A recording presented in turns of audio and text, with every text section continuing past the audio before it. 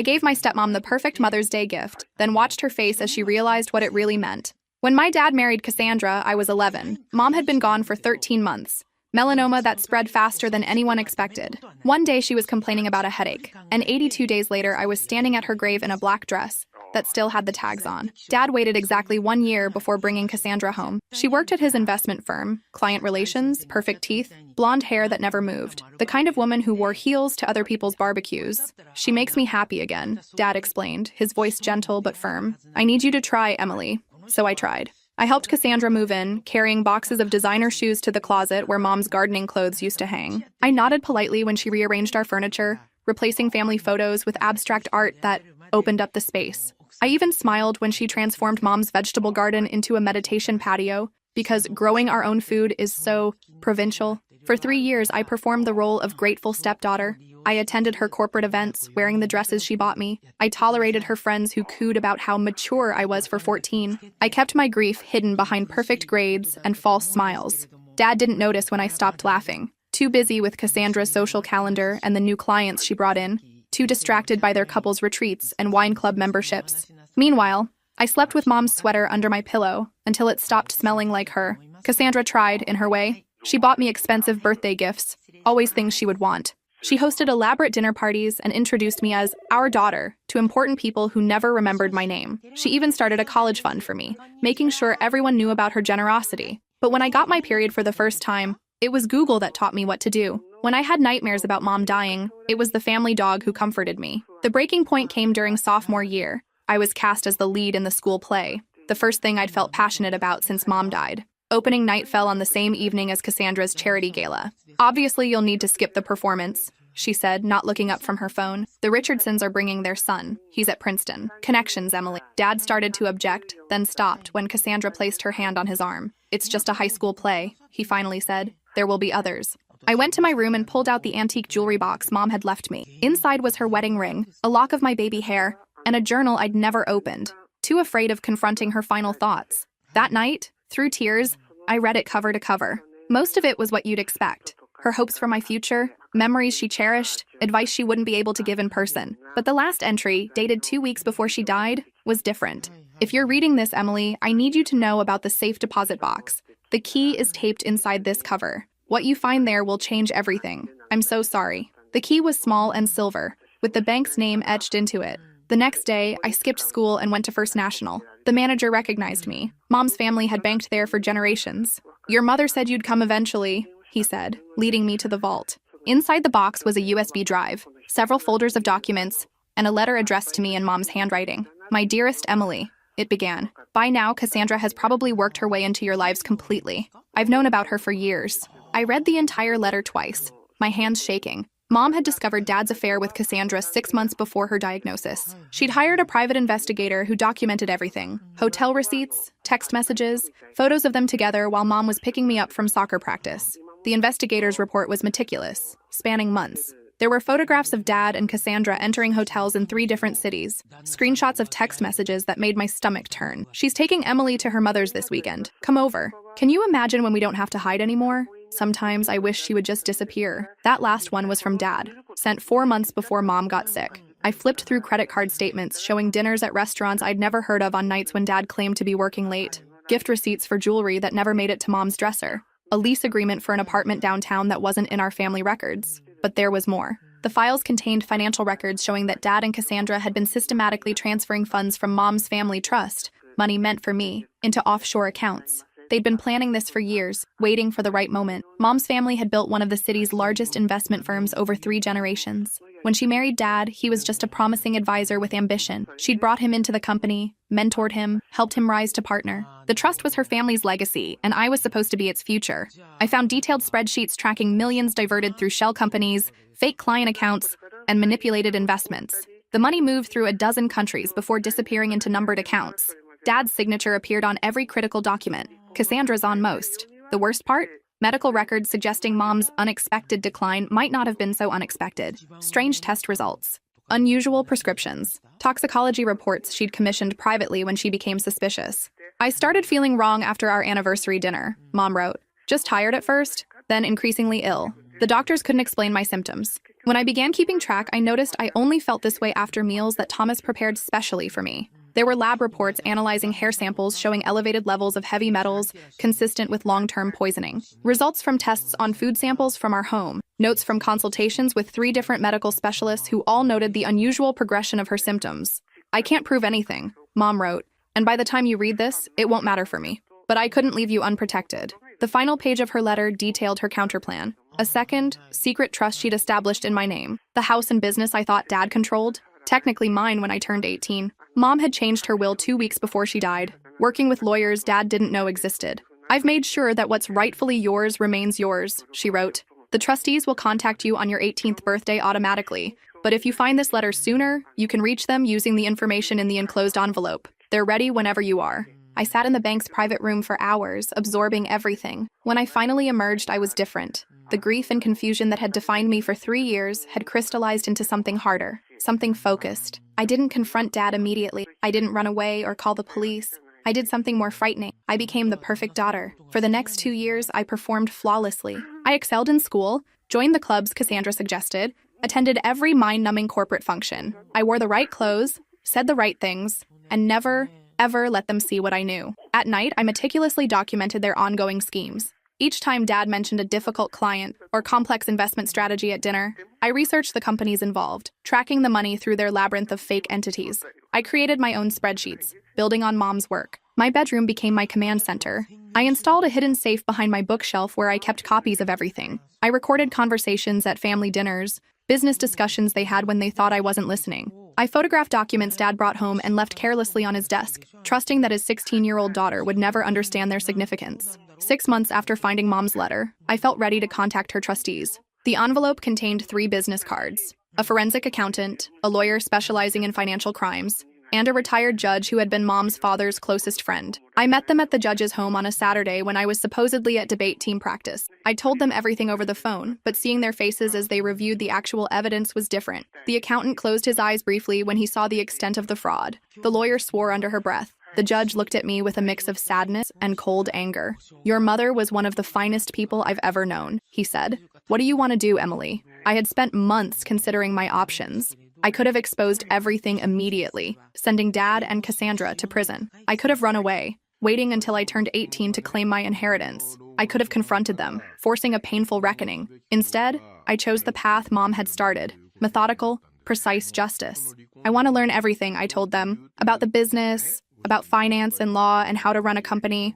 I want to be ready when I take it all back." The judge nodded, unsurprised. "Your mother said you'd say that. She left instructions for us if you chose this path." For the next 18 months, I lived a double life. At home and school, I was the perfect, accomplished daughter that Cassandra could brag about at parties. But 3 evenings a week, I slipped away to study groups and volunteer work that were actually intensive training sessions with my secret team. The forensic accountant taught me how to read financial statements, detect fraud, and understand the complex web of transactions that kept the family business running. The lawyer educated me on corporate law, contracts, and the specific legal frameworks that would eventually allow me to seize control. The judge introduced me to his contacts in banking, investment, and regulatory bodies, people who had respected Mom and were disgusted by what had happened to her company. Meanwhile, I worked with Mom's lawyers, preparing everything: the trust, the evidence, the plan. I graduated high school at 16, a year early. Dad and Cassandra were thrilled, their prodigy heading to Yale early with a full scholarship. What they didn't know was that I'd also been taking business and finance courses online, learning everything about Dad's company, about the accounts they thought were hidden. "We're so proud of you," Dad said at my small graduation party. "Just family and a few of their close friends. No one from my school.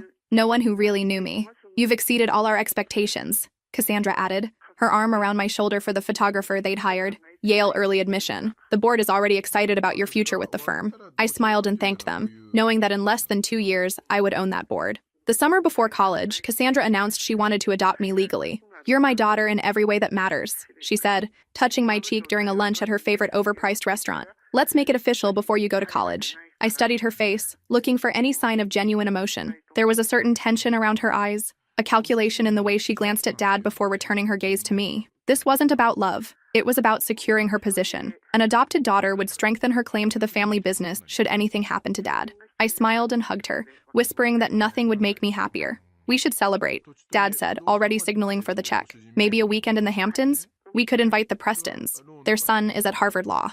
That sounds perfect, I replied, thinking of the file I'd compiled on the Prestons' failing software company and the mysterious infusion of cash it had received from one of Dad's shell corporations last year. That night, I called an emergency meeting with my trustees. We gathered in the judge's book-lined study after I told Dad and Cassandra I was spending the night with a friend to celebrate graduation. They want me to sign adoption papers, I explained.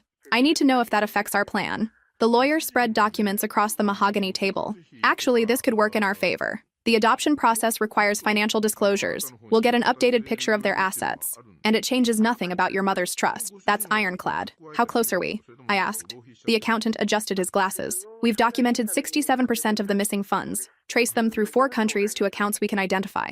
It's more than enough for criminal charges. And the evidence about your mother's illness? The judge asked gently. This was the hardest part for me. The possibility that Dad had not just betrayed Mom, but actively poisoned her. The medical experts we'd consulted couldn't definitively prove murder, but the pattern was suspicious enough for an investigation. We keep that separate for now, I decided. One battle at a time. As I prepared to leave, the judge handed me a small wrapped package. Your mother left this with specific instructions to be given to you when you were ready to move forward. Inside was a vintage Mont Blanc pen that had belonged to my grandfather. She used this to sign her first major acquisition, the judge explained. Said she wanted you to have it when you were ready to take back what's yours. I carried that pen with me everywhere after that night. A talisman, a promise. 2 weeks later, Mother's Day arrived. Cassandra had always made a big production of it. Expensive brunches, professional photographers to document her mother-daughter bond for social media. This year, she'd planned a garden party for 30 of their closest friends. The adoption announcement would be the centerpiece. I spent the week before carefully preparing my gift, working late into the night in my room, compiling documents, organizing evidence, crafting the perfect presentation. The irony wasn't lost on me. This was the most thoughtful gift I'd ever created for her. The morning of the party dawned sunny and mild, perfect weather for Cassandra's carefully orchestrated event. The caterers arrived at 7, followed by florists, event planners, and a small army of staff transforming our backyard into an elegant venue that looked nothing like the wild garden Mom had loved. I found Cassandra in her dressing room, surrounded by rejected outfit options. What do you think? She asked, holding up 2 nearly identical cream-colored dresses. The Dior or the Chanel? The Chanel, I said, noticing how she immediately set aside the Dior I'd selected. I have something special for you,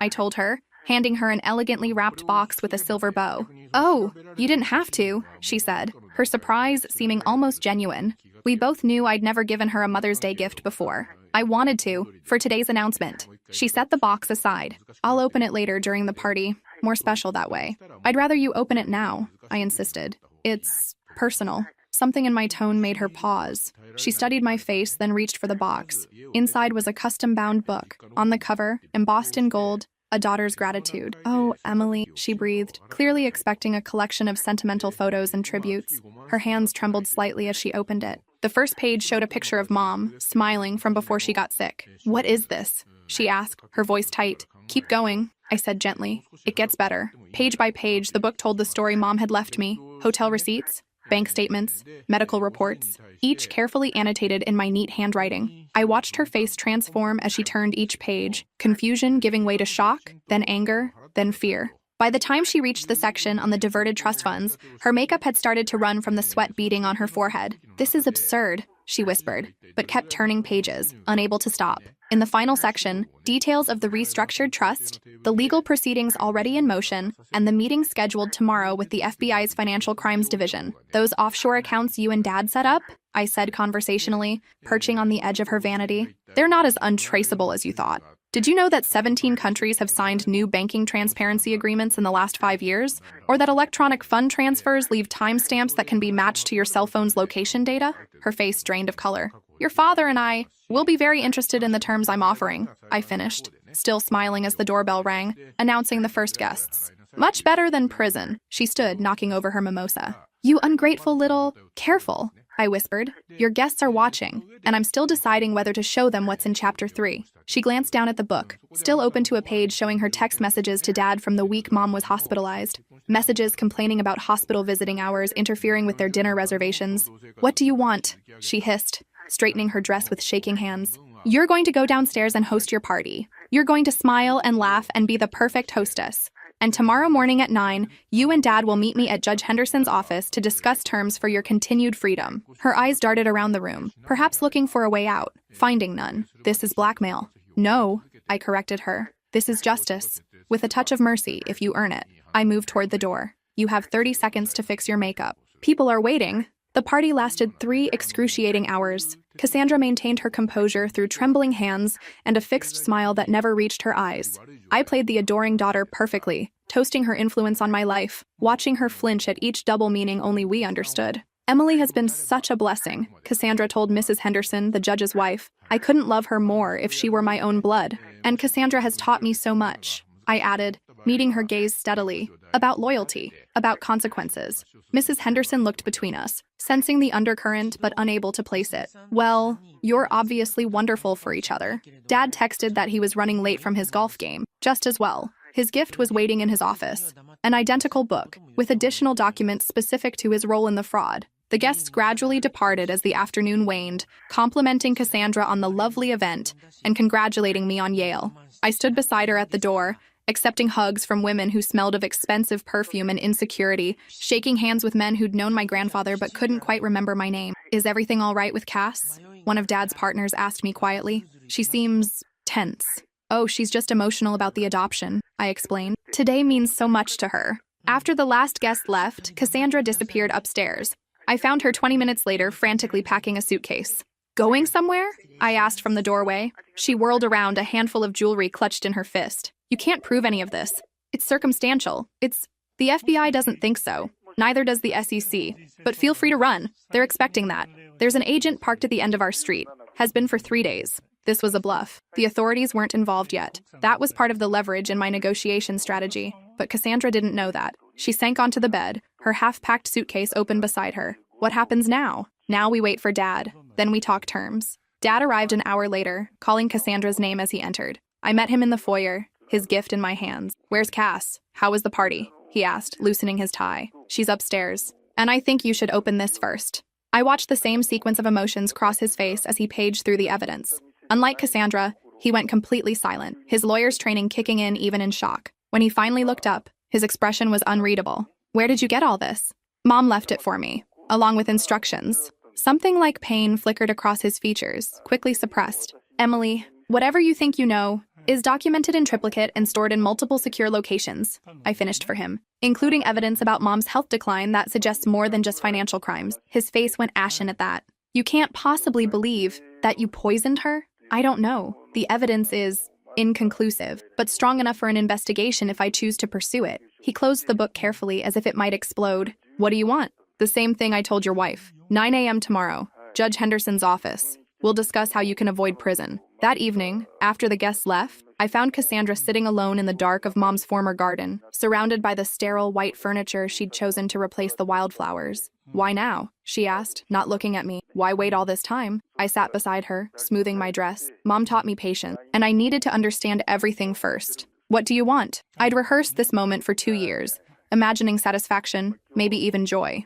Instead, looking at this woman who'd helped destroy my mother, I felt hollow. Dad transfers control of the company to me through the original trust mechanism. You both resign publicly, but continue as consultants under my supervision. The money you diverted returns to the trust. In exchange, I don't pursue criminal charges. She laughed bitterly. You're 16. You can't run a company. I'm almost 17, with a team of Mom's trustees who've been waiting for this day, and I've been training for it half my life. Dad's heavy footsteps approached across the patio. Cassandra's fingers dug into the armrests. He'll never agree. I stood, straightening the necklace Mom had left me. He already has. Check your phone. While we'd been talking, Dad had found his own copy of my Mother's Day gift. His message to Cassandra was just 3 words. She knows everything. Dad joined us on the patio, his face haggard in the fading light. You didn't have to do it this way, he said quietly. You could have come to me directly. Like Mom did? I asked. When she confronted you about the affair 4 years ago? Or when she questioned the trust disbursements? How did those direct conversations work out? He had no answer for that. The company isn't just numbers on a spreadsheet,